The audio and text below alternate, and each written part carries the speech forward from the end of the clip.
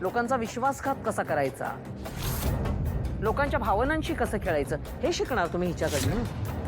अरे मुलांनो, तुमच्या लक्षात कसं येत नाही, गोड गोड बोलून हिने तुम्हाला सगळ्यांना फसवलेलं आहे. जागे व्हा तुम्ही, कळलं? जागे व्हा. आणि हिच्या या असल्या भूलथापांना तुम्ही अजिबात बळी पडू नका. बघा ना आता बघा कशी मांजरासारखी गप बसून. बोल कमळे, त्या कामिनीला उत्तर दे. तुझी बाजू ना सत्याची आहे. तू कुणाला बी फसवलेलं नाहीस कमळे, तू बोल. अहो आता कसली चर्चा आणि काय, जे काही आहे ते सगळं तुमच्या समोर आहे आणि मी तर माझ्या निर्णयाशी ठाम आहे. आता ही कमळी कॉलेजच्या बाहेर जाणार म्हणजे जाणार.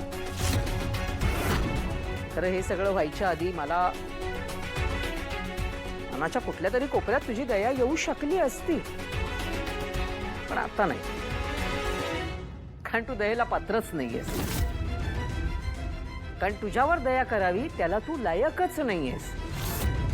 म्हणून मी माझा पुन्हा एकदा निर्णय सांगते की ही मुलगी या कॉलेजच्या बाहेर जाणार म्हणजे जाणार.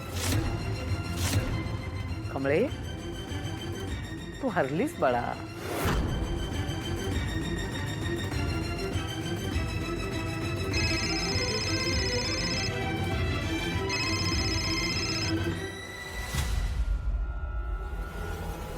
हा बंड्या, अरे कमळेला फोन दे की मला बोलायचंय तिच्या संग.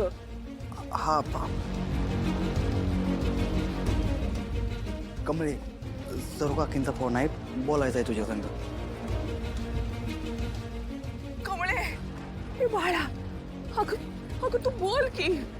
तू तू तुझी बाजू मांड. हे बघ, तुला कुणाला बी घाबरायची गरज नाही आहे.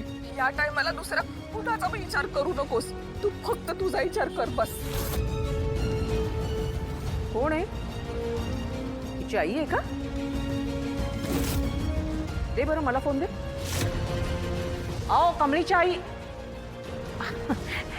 एक कमळीची आई. हॅलो, कमळीची आई बोलताय ना?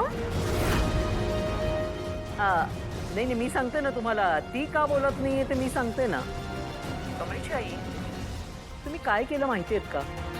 तुम्ही खरं तर एका गुन्हेगाराला जन्म दिलेला आहे. तुम्हाला म्हणून सांगते, ही इथे शिकण्यासाठी म्हणून आली, पण शिक्षण वगैरे सगळं बाजूला राहिलं. ही भलत्याच सलत्याच काहीतरी गोष्टी करायला लागली. अहो तुमची पोर